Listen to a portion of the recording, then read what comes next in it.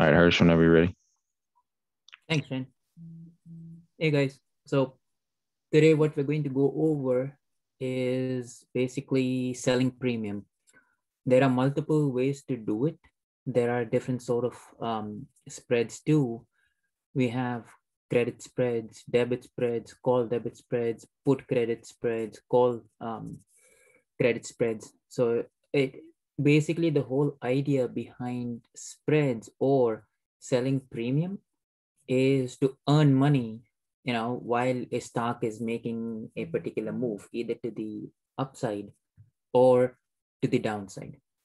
Now, today, what I'm focusing on is there are a lot of new traders over here, so I don't want to make it overwhelming. So to cater to everybody, I'm going to focus on two things: cash secured puts and covered calls. I do those a lot, and they're relatively a safe bet because when you open up a covered call position or a cash secured put position, you're basically earning a credit. You're earning money from the market. It's very different when compared to naked calls and naked puts, because with naked calls and naked puts, what happens is you are paying the market like in the money and hoping that you'll make a return like back. In this particular case, when you sell a call or when you sell a put, you're earning credit for opening up that position. It's the exact reverse of what you would do when you buy a naked call or a naked put.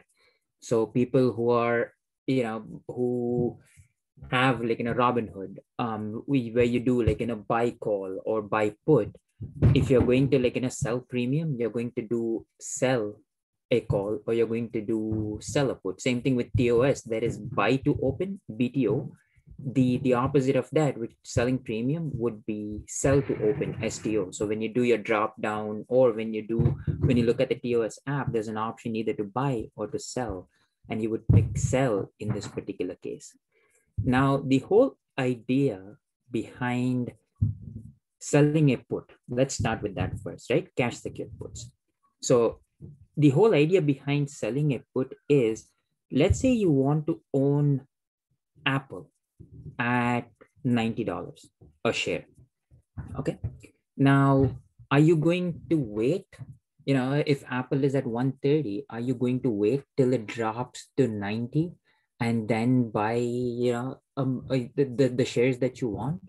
What if there's a way to be able to make money or earn money while you're waiting for Apple to drop? That's the whole idea. Like big wigs, like Warren Buffett, Tim Cook, Bill Gates, do you think they own a lot of these stocks at their current levels? No. People sell puts and wait for the stock to basically drop. So while they are waiting for the stock to drop, they're actually making money. And that's what selling a cash secured put position is all about. So let's say now of course, for a lot of people, buying 100 shares of Apple at 90 is not feasible, or maybe it is feasible. But not to worry, there are a lot of other stocks that are less than $10 or less than $20, where you can use the same exact thing. Let's take Bingo, for example, or let's take SNDL, or let's say Excel, or even Macy's, right? All of these, you could basically open up a sell a put position, so that if you do land up getting assigned, then it serves exactly what your goal was, to own a stock at X price. Same thing with Palantir trading at 22, 24, 23 right now. What if you were able to own 100 shares of Palantir at at 15? Is Palantir going to drop to that level? Who knows? Maybe it might. And if it does, if you want to own it at 15, are you going to wait, or do you want to be able to make money while you're waiting for Palantir to drop? So that's the whole idea. Now, if you're selling a put, all right, if you're on a cash account, you have to think about what collateral is going to be held. So let's say I SNDL, for example, right? SNDL, whatever it's trading at right now. Let's say I want to own 100 shares of SNDL at about $1. So now SNDL is trading at like $2. And like, you're like, okay, let's wait, let's see, like, what happens. I mean, if it drops, well and good. What if SNDL does not drop? What if SNDL, like, continues to go up? I see Devin, and I picked SNDL specifically, Devin. So what if SNDL continues to, like, to run up? So, I mean, yeah, it could continue to run up, and you're just going to be like waiting. But what if I told you, you know what, you could still earn some money on SNDL even if it's running up? What you would actually do is, let me share my screen. This is so let me bring up SNDL. Now SNDL is trading at 101 right now. So when you go into the options chain, let's say you have like SNDL, the chain over here, 16th April, the $1 strike gives you a bid of 6 and an ask of $7. So when you open up a position where you sell this particular put, you can put a bid at $7, and once that bid fills, immediately your account is credited with $7. Now, there's one of three things that can happen.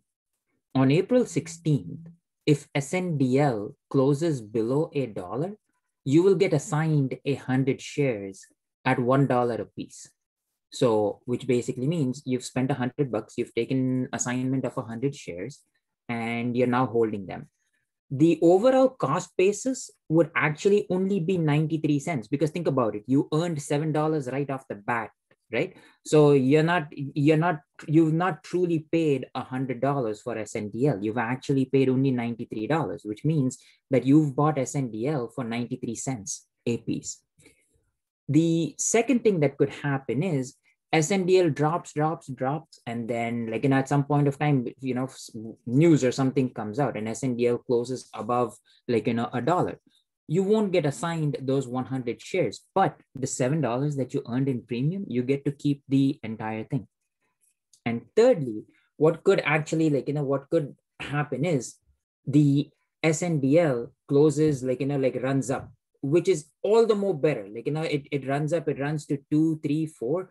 That's pretty much what you want. If you do not want to take assignment of those shares, then you want to see SNDL run up above the strike price that you've sold the put at, which means anything above 1, the higher the better. You will still get to keep your entire premium. I've picked a short expiry.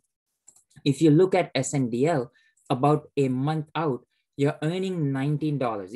If you had to sell this particular put, the $1 strike for May 21st, you would earn 19. Let's just make a round figure. Let's just say $20. You would earn a credit.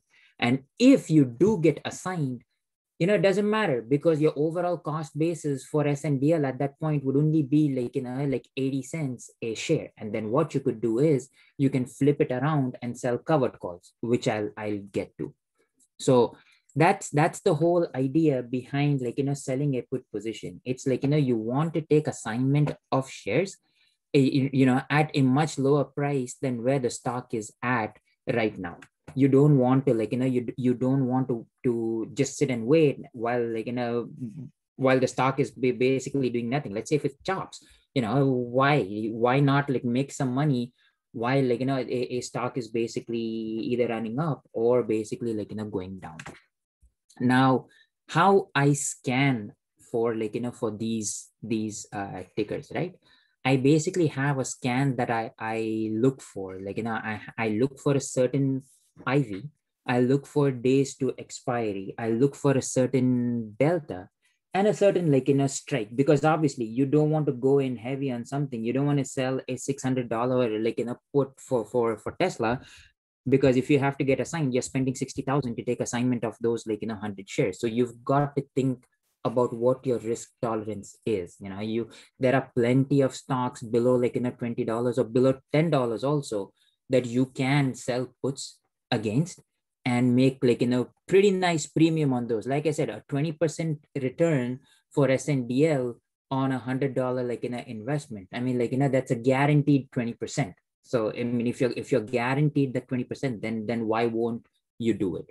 So that's the idea, right? So if I'm looking for puts to sell, I run the scan, like at any point of the day. What I'm looking for is high IV.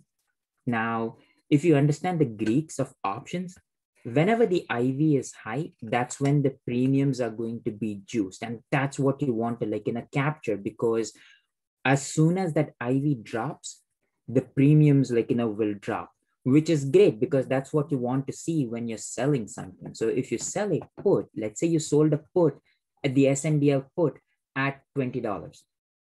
When you want to know whether you're in profit or not, the value of that put has to go down from 20. If it's at 15, you are basically in profit of about $5. So let's say you decide like, okay, I've made $5 on this play. You know what? I don't want to like, hold it anymore. You can close it out. So what will happen is you'll get to keep that $5 in premium. The remaining 15 is what you would give back to your broker. So think about it. Originally, you got a credit of $20. Now you're already $5 in profit. So you'll get to keep that 5. The remaining 15 is given back. So this is what like in a selling premium is all about. Otherwise, if you're absolutely sure now SNDL suddenly runs up to like $5 and like, hey, by my expiry, SNDL is definitely not like going to come down to $1. Just hold it out. Let it expire worthless. When you let it expire worthless, you're going to keep that entire 20 in premium. So remember, when you sell a contract, whether it's a call or whether it's a put, whatever level you enter at, you always want to see that go down if you decide you want to close it out earlier. If you decide you don't want to close it out earlier, you want to take assignment of those shares, that's fine. Let it do whatever it does. You take assignment of those shares. Even when you take assignment of those shares, you're still going to get to keep the premium. So it's a win-win-win right there. You're not giving back like that premium.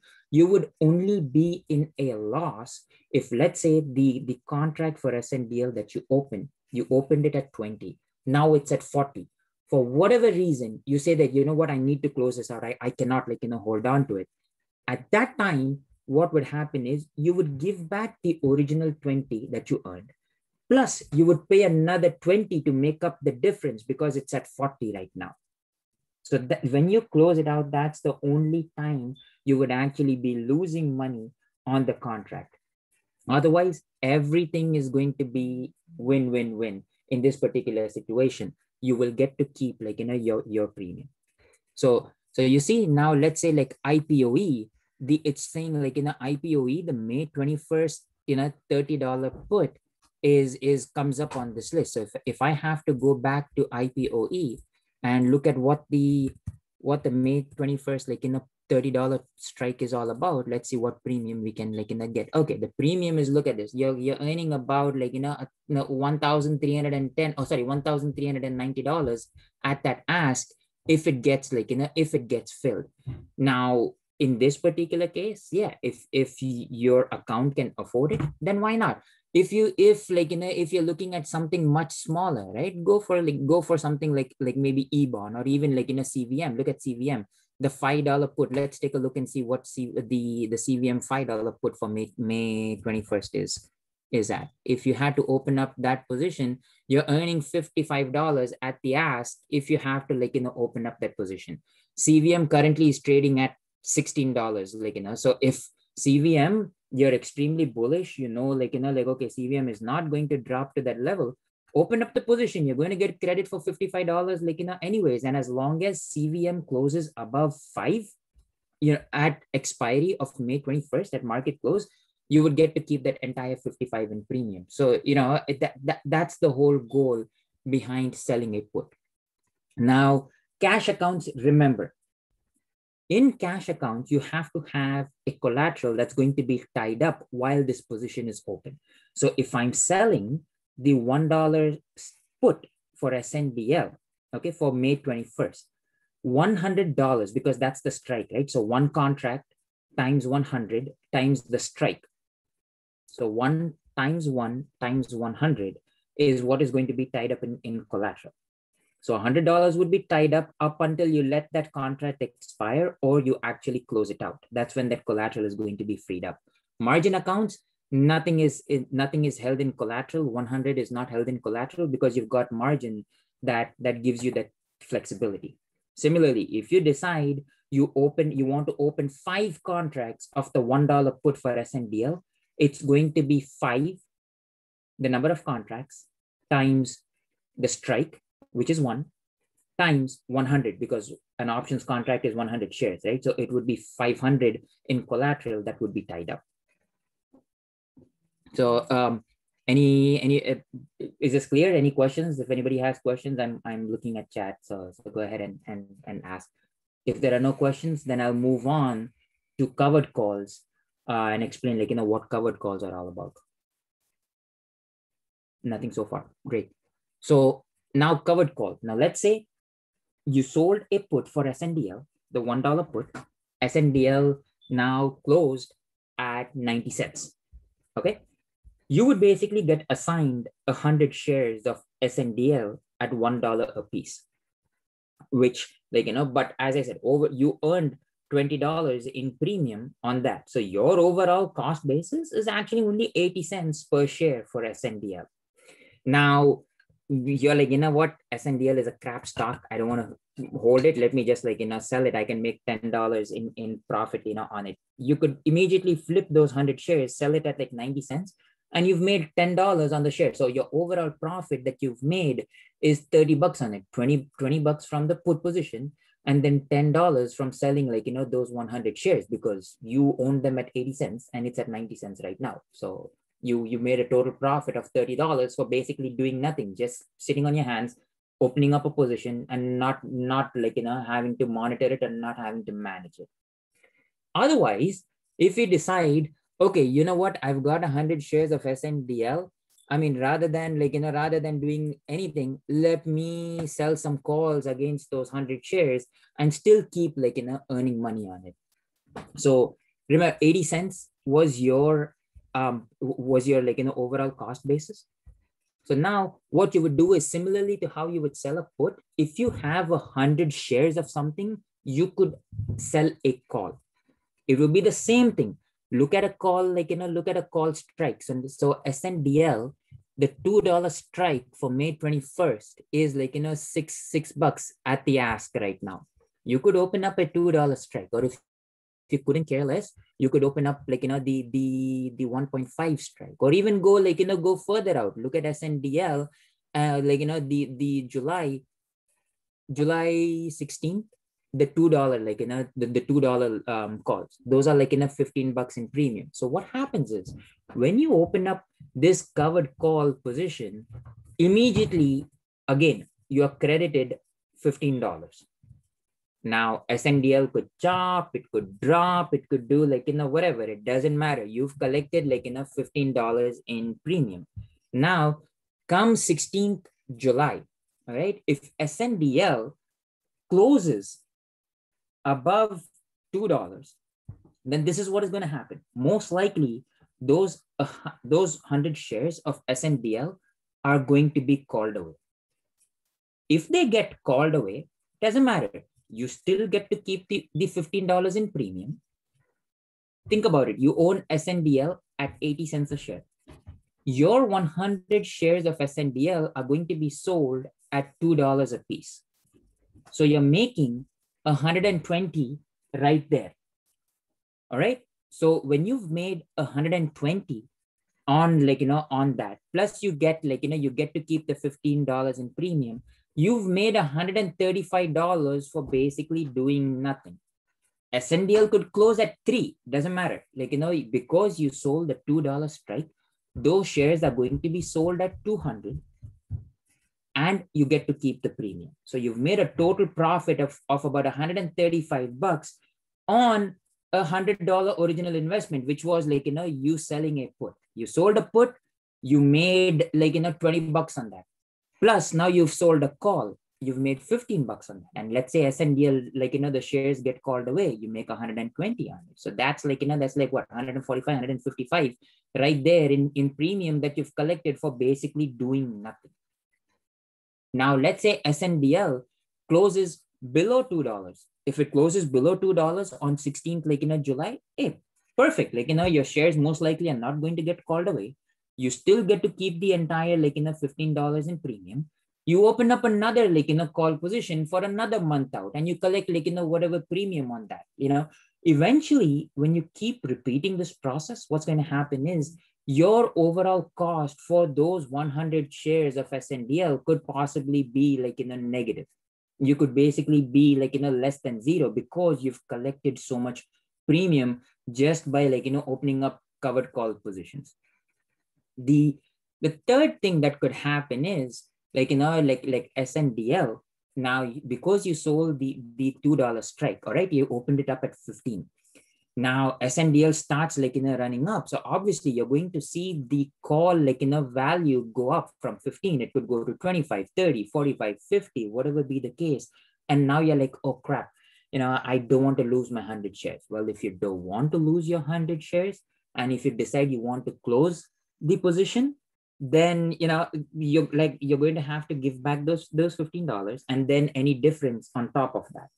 But it wouldn't make sense to do it at that point, only because like why would you want to close a position in loss? Because even if it runs up to like to $2, you're still going to make a good 150 bucks on the position, like any which way. And then you just repeat this same process with another stock, because there are so many penny stocks available that have options that you can do, that you can like repeat this process on.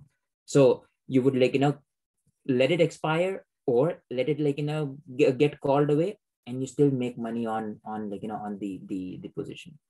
And the same way I would run my same like same scan.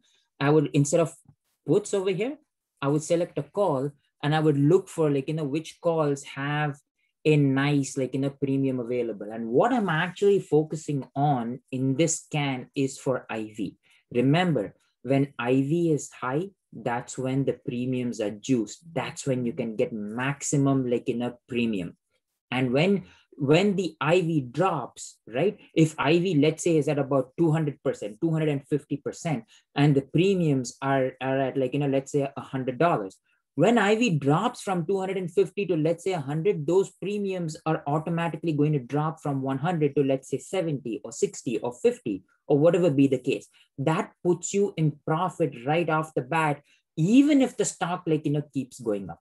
You see, so IV is a very critical player like in this. I always go for stocks that have high IV, because I like to enter positions that I know within a day or two are going to be in the green. That's the whole idea behind it. So that's why I look for stocks with high IV. Look at these. You have AMC, CBIO, IZEA, MVIS, NAK, a lot of these, SNDL, SOS, a lot of these calls, the premiums are extremely like juiced. If I have to look at like like okay, SNDL, the $3 like the $3 call for July is currently at $8, and you see the IV is at 183%. When this IV drops to 100%, that $8 is most likely going to go down to $1 or $2. So that's going to put you in profit by about like $6 right away.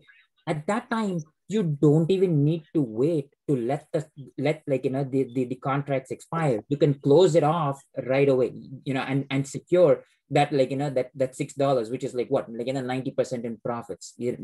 So that's the whole idea behind selling premium. This is in TOS. Now, for people who are in Robinhood or any other broker, right? There is a website. I mean, y'all would have heard of bar chart. So I look at bar chart also. Let me bring it up, like let me bring it up over here.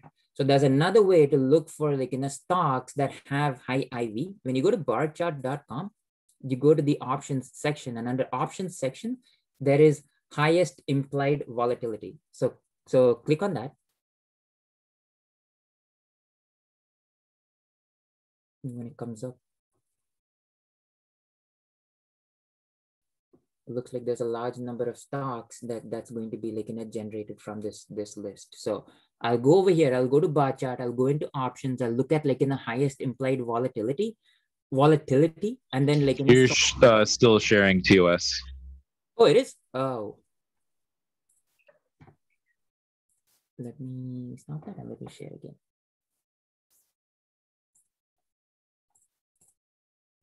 There you go. So when I go to barchart.com, you go to options, and on the options, like, you see highest implied volatility. So you click on that, and this page will come up showing you the list of stocks that have the highest IV. Look at this, like IV 339%, 292, like 292%. So these give you an idea for like strikes that you can play. What?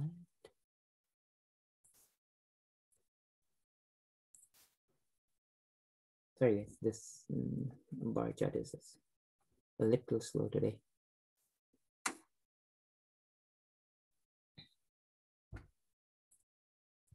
Yeah, there you go. It's coming up. It's going to give you like, it's going to give you the list of stocks. So from over here, you can look and you can see, you can sort it by IV. You can sort it by either like, calls or puts. And you can look at like, the strikes. If you're selling a put, as I said, even if you play stocks that are less than $5, there is still like, a good amount of premium to be earned on any of these. Just because these are cheaper stocks doesn't mean that like, that you can't, sell premium, or you can't, earn money on these. It can be done for any of it. Do you have a list of cheaper stocks that that you sell covered calls against? Oh yeah, there are a lot of them. There's SNDL, there's IDEX, there is Macy's, there is Palantir, there is like, there's a whole bunch of stocks. Like, you can scan them and you can get a list of it. Like, look over here, you have like, it shows CVM. Yeah, the $5 strike, the same thing. What I ran in TOS, here you go. It's right there on bar chart also. It tells you the same May 21st strike at 292. When you open up this position, and from 292, when it drops and comes down to 100, I guarantee you that 55 in premium is going to drop down to like 30, 20, like $10. And that puts you in profit right away. So this gives you a list of stocks too. So people who don't have TOS, it's fine. Like, you can just go to bar chart and you can find like, find the list from over here. Look at this whole list, and it gives you calls and puts also. So if you have 100 shares of something, you can like, you can sell covered calls against them. Or if you want to own 100 shares of something, you can sell a put, and you can like, you can basically take assignment of those shares at a much like, much lower price. DNN is another good one. I alerted DNN in Trent's Discord. So I sold the 1.5 strike, and I took like, $50 in premium. So if DNN closes below like, $1.50, it's completely fine. Like, my overall cost basis for DNN is going to be only a buck at that point. And then what I'll do is I'll just flip it around and sell like covered calls. Now, given DNN and all the expected news, it's a good stock to actually hold. I'll just sell like covered calls against them, and if it gets assigned, it's fine. I'm selling out of the money like calls any which way. So it's not like I'm going to like anything above $2 or $3. If I sell that covered call, I'm still going to be in profit because my overall cost basis is $1. So you want to go a little out of the money so that you don't lose any of the profits, or you don't like lose the opportunity to make profits on these stocks. That's the thing. Now, general rule for what I look for in terms of the options Greeks. Number one, I look for high IV. Anything above like 150% is great. Number two, I look for a delta of less than 30. Preferably delta 20 and less, but delta 30 is okay too, because that gives you a probability of about like 70%, of it closing out of the money. So anything below delta 30 is nice. Delta 20 is even better. And the third thing is, the expiries, you can either do weeklies or you can do monthlies. My general preference is an expiry that is at least 30 to 45 days out. And the reason why I do that is because if there are sudden spikes, if something like, some news or something like, comes out, the 30 to 45 days kind of gives the ticker a chance to settle back and like, and stabilize. So that's why I look for like, expiries that are about a month to a month and a half out. Doesn't mean to say that you can't do weeklies. You can do like, weeklies also. But the premiums, however, the further out you go, the higher the premiums are going to be. If you Will asks, if you're bag holding the shares and it dips, do you recommend selling calls below your cost average? Should you reposition or hold it until it comes back? Now, that's a good question, like, Will.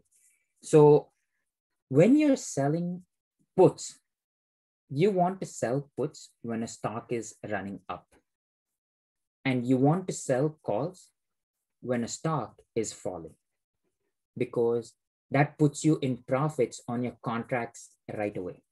Now, if you're bag holding the shares, now it really depends, right? It really depends upon which stock you're doing and whether you actually want to hold on to those shares or not. You could sell in the money calls also, provided you're fine with those shares getting called away. But at the same time, you've got to think about it, that with all the premium that you have like, sold and collected, right?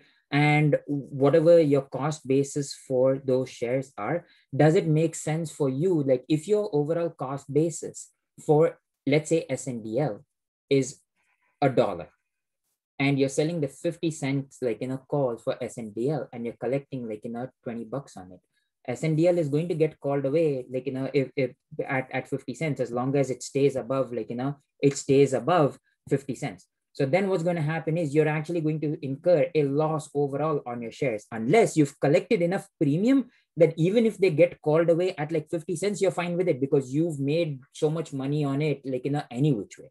So it all depends upon, like, it all depends upon what your overall cost basis is, how much of premium you've actually collected, and whether you want to hold on to your shares or not. Can you use SOS 1099 average cost 400 shares as an example? SOS right now, Roxy, is not like, is not doing like, too good.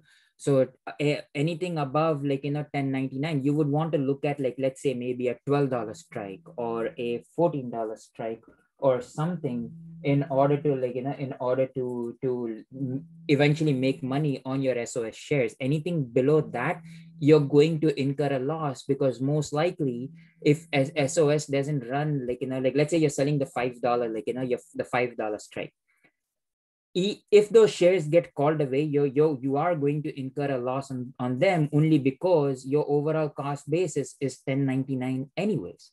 So that's why, like, you would want to sell a call, like, above above, like, what your average cost basis is. If you don't care about losing those shares, as long as you can collect some premium out of it, yeah, then go ahead. You can sell, like, you can sell an in the money strike or a lesser strike than your cost basis, and then just run the risk of losing those shares, at a loss. So that's what I have. That's what I have for, like, selling covered calls and selling puts, guys. As I said, like, general rules, what I look for: delta 30 and less. Delta 20, below delta 20 and less is much better. 30 to 45 days of expiry. And I like to have a nice IV. At least about 150% of IV is what I like to, like, look for. That's when I know, like, the premiums are juiced, and I'm going to make a lot on like, on those particular, like, contracts. Because as I said, as soon as IV drops, immediately your contracts are in profits. And that's it. Any questions?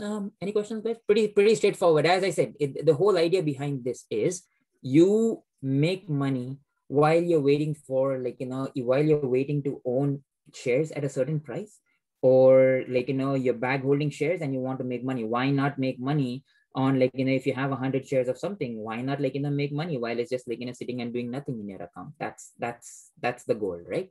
So all of this is there, the examples, everything, like, how to open up the position, how to do a sell to open, what to look for, all of that is all, like, is all there in Trent's book. Yes, Henry, for calls and puts, delta 30 and less, high IV, 30 to 45 days expiry is my like, is what I follow. Do you get in selling puts? No, it doesn't have to be. It doesn't necessarily have to be like, at market open, Jorge. It could be like, it could be any time during the day. So like I said, I'll run my scans, like, through every now and then. I'll see, like, what comes up, or I'll go to bar chart and I'll see, like, what's interesting on bar chart, and then I'll open. It doesn't necessarily have to be at market open. Sorry. Okay, Che, you said, sorry, you missed part of this explanation. Trent is recording it and he's going to, like, post it. All of these educational sessions are going to be posted, like, by Trent. So if you missed it, don't worry, everything is there. And if you want to, like, if you want to read about it also, I've added this section in Trent's book. It's there. It explains, like, with examples, what it looks from a numbers standpoint. That if you sold puts, or if you sold, like, covered calls, it also gives you, like, sort of like how to understand what profits you're making and what to actually look for. So it's there in the book too. But yeah, otherwise, like, I think this afternoon or this evening, whenever it's ready, Trent will be posting this video and you can watch it. Hey, no problem, Brady. I hope, like, yep, I will. Thank you, Hirsch. Great lesson. Sure, Trent.